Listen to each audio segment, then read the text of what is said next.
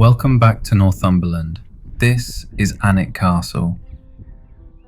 Dubbed the Windsor of the North, Alnwick Castle is the second largest inhabited castle in the country and has been home to the Duke of Northumberland's family, the Percys, for over 700 years. The castle was built in the 11th century to control and protect the border between England and Scotland, symbolising status and power for the new Norman barons across the country. In the early 12th century, it was caught up in the conflict between England and Scotland and was besieged by William the Lion, the King of Scotland, in both 1172 and 1174. William was captured during the second attack and forced to pledge loyalty to King Henry II.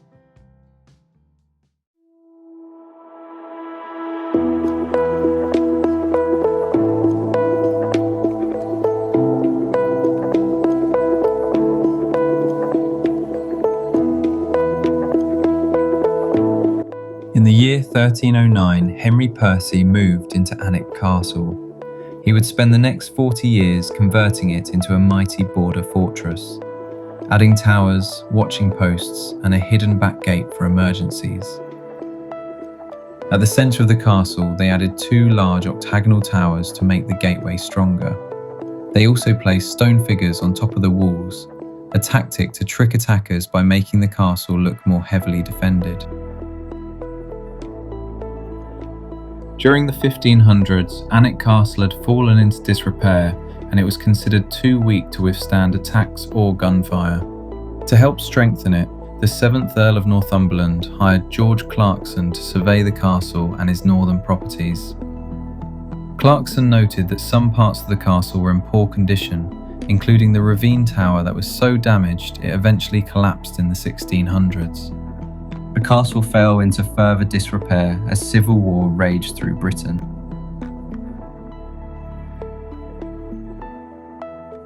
In 1776, King George III elevated the Percy family from earls to a dukedom, and during this period, they chose to restore Alnwick Castle from an old military fortress into a grand, decorative palace. Famous architects of the time, Daniel Garrett, James Payne, and Robert Adam, redesigned the castle in the Gothic style. Lancelot Brown was commissioned by the first Duke of Northumberland to redesign the beautiful gardens and build weirs on the River Aln to create a more serene and picturesque setting. Ralph Percy, the 12th Duke of Northumberland, inherited Alnwick Castle in 1995. Since then, he and his family have continued to share their home with visitors from across the world. Over the past few years, the Duke has overseen an extensive program of conservation to preserve the castle as a beautiful place for everyone who visits. It now draws thousands of film fans, history lovers, and family groups to its impressive walls every year. One film people may recognise the castle from is Harry Potter and the Philosopher's Stone, where it was used as Hogwarts during a flying lesson scene.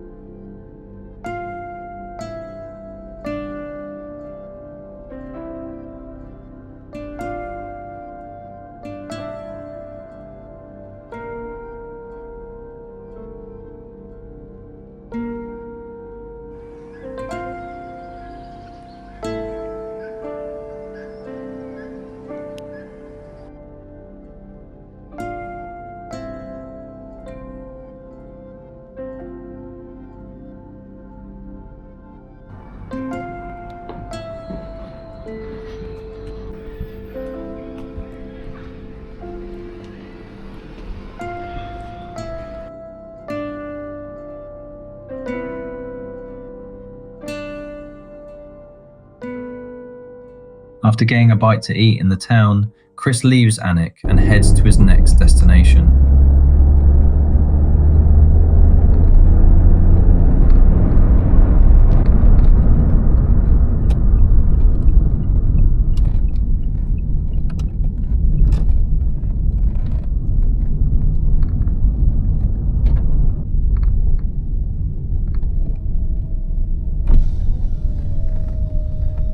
You're right. No, I've never been here No, before. I'll get you a map. See that map? Thank you. So this is a map of the whole estate. So you're heading left at the end, down over the stone bridge. That'll take you to the car park. Yep. You in the house. That's a short walk to the right, up until 4. Buildings opposite, toilets, tea rooms, gift shop up until 5.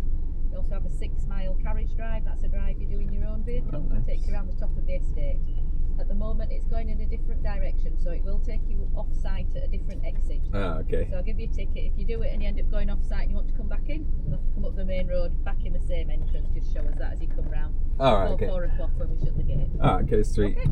Thank you. Enjoy your afternoon. Cheers, thanks.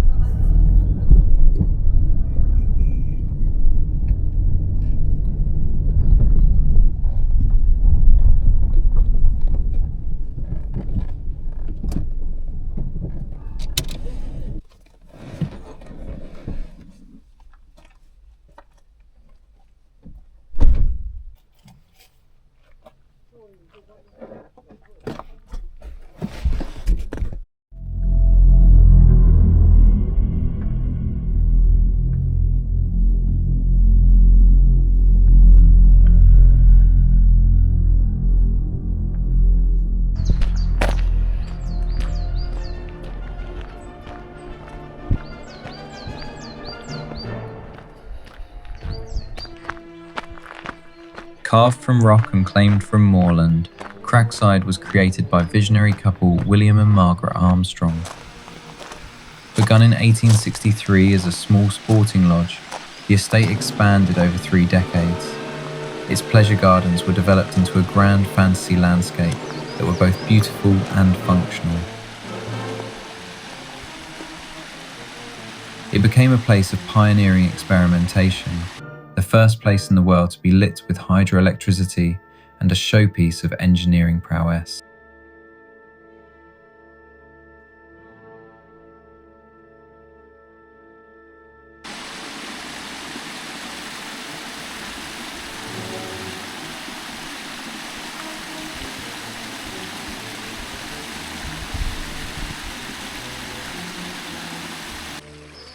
William George Armstrong, 1810 to 1900, was an engineer and industrialist who changed the world with his inventions.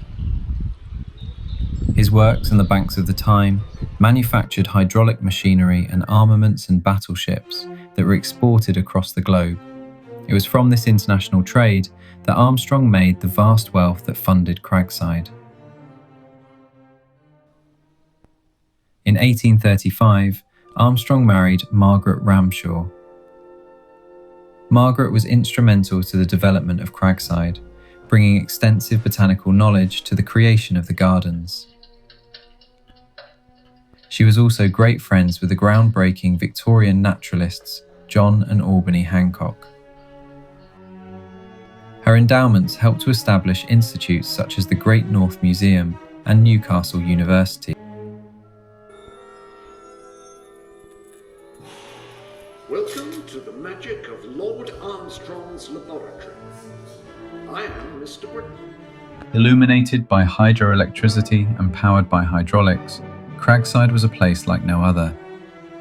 Central heating, electric light, gravity-fed plumbing, water-powered machinery and a hydraulic lift provided an unrivaled level of comfort. Among Cragside's many innovations was the wonder of electric light. In 1878, carbon arc lamps were installed into the gallery, casting a spectacular, if glaring, light. Armstrong collaborated with the chemist Joseph Swan, and in 1880 the library saw the first domestic installation of his recently invented incandescent light bulbs. The cloisonné vases that were adapted as lamps still sit on the bookcases. Driven by their shared love of natural sciences, the Armstrongs oversaw the planting of millions of trees and shrubs at Cragside. Following a fashion for North American planting styles, they created a pinetum of non-native conifers on the banks of their Fantasy Valley garden. Inspired by the Himalayas, they planted a unique collection of rhododendrons. Their collective ambition saw the transformation of a bare moorside into a man-made paradise. William and Margaret did not have children, and so their great-nephew, William Watson Armstrong, 1863 to 1941, inherited. 2 further generations of Watson Armstrongs lived at Cragside, although Bamburgh Castle became the family's main residence. Cragside is now owned by the National Trust.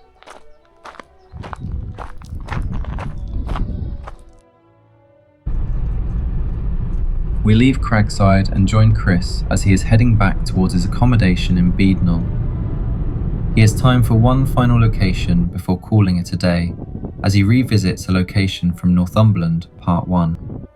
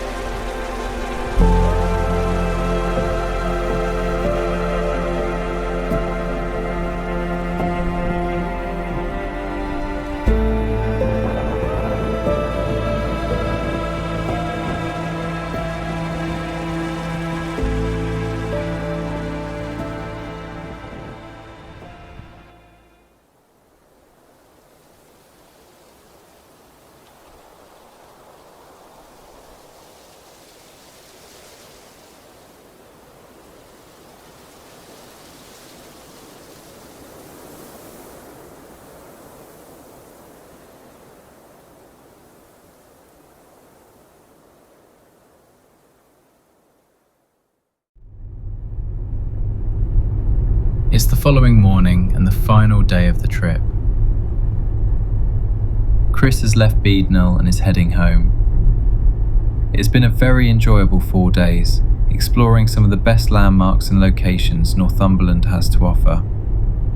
From day one, being amongst the ruined remains of Housesteads and Hadrian's Wall, to exploring the tranquil tidal island Lindisfarne and the multiple breathtaking colossal castles along the way.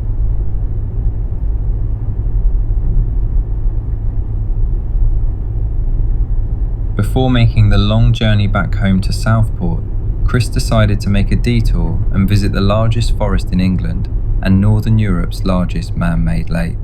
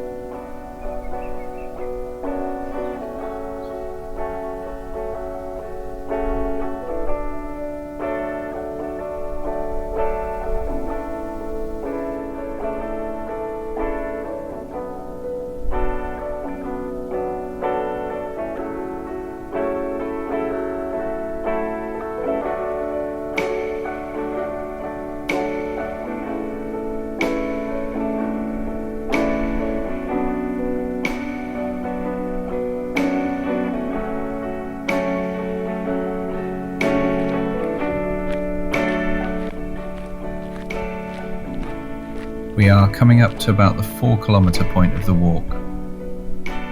With one eye on the time, knowing he has a roughly 3-hour drive home still to do, Chris decides to turn around and head back to the car park on a slightly different path through the forest, only seeing a tiny snippet of the 650 square kilometre forest and the 43 kilometre long shoreline of Kielder water.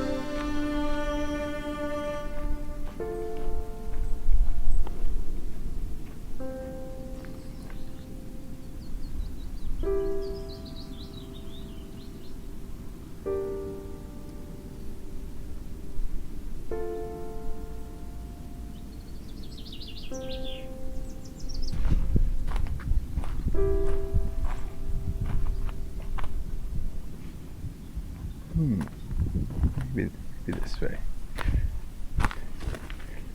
No, that seems dodgy.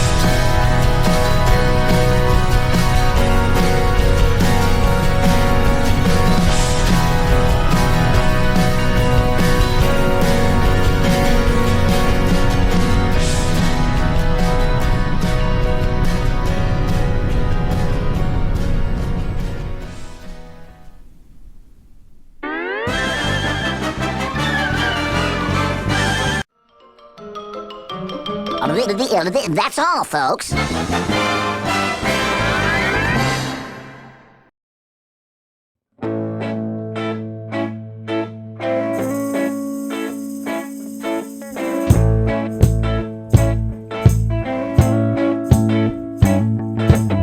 don't wanna tie you up now. I don't wanna do the thing. I don't wanna have you, baby. I just wanna have a fling.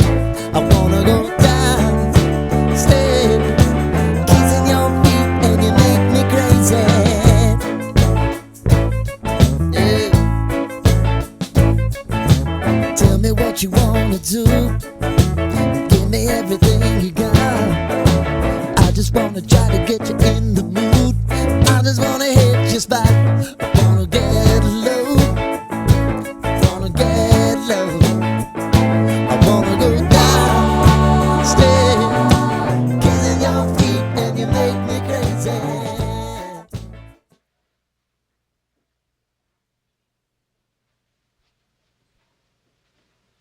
You're still here? It's over. Go home.